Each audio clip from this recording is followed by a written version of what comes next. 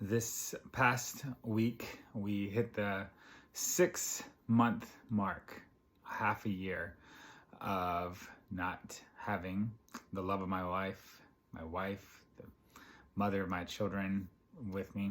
And I'm actually in her hometown, staying at her parents' house with family all around. And it's been a lot of emotion, a lot of things. And I just been thinking for a while of just kind of sharing what I've learned over these last 6 months of grieving. And so the goal is for the next 6 days to share 6 areas of what I've learned about in this time of loss and grief for myself, for my kids, and maybe it'll speak to some of you. Maybe it will help you understand those in your life that are going through a great loss. And since today is Monday, I thought I would start with what happens on Sunday. Being a pastor for over 10 years and full-time ministry for 20 years, it was amazingly shocking of how difficult church was. It was very tough to go to church, and we pushed through most weeks.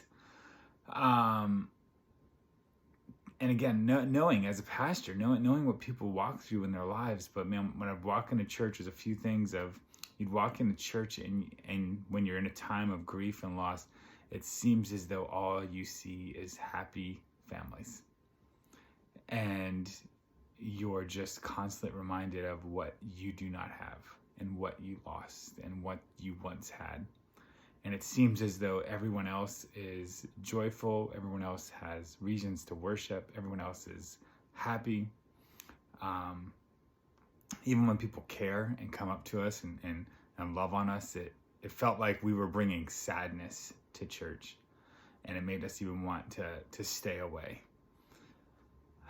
Again, just the thing of who I am and our ministry and stuff, of we would even go to different churches, and a lot of churches in the area knew us, knew our story, knew what we were walking through. And so it kind of felt like we always just had people talking to us, to the point that my kids wanted to go to a place that nobody knew us. And so we even went to some mega churches just to kind of hide. And they also, I'll share later on about kids grieving, they also didn't want to go to a church that talked about miracles. They didn't. And I get it. So seeing people was hard. Worship was extremely difficult. To go, most times my hands were here. I think by month 4, I got my hands to this place. Just because worship is intimate time with God and telling of the goodness of God, the holiness of God. And it just would remind me so many times of the years, over 20 years of Nancy standing beside me in worship and how she loved to worship. And the songs that we would sing would be some of her favorite songs. And yes, I know that she's in the presence of Jesus, but I don't think I went a worship service for the first 4 months without crying, and some days just bawling. My kids sat during worship. They had a hard time.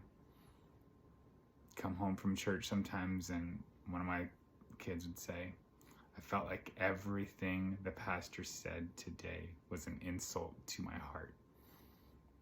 That's another part, is the sermon.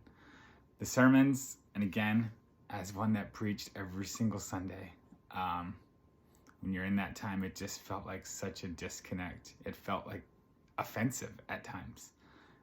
And there's no reason for it. I know that feelings lie. But man, it did feel like just a disconnect to what we were walking through. And being in a spirit-filled environment where they talk about miracles and God moving, and it felt even more to my kids that God just didn't show up for us.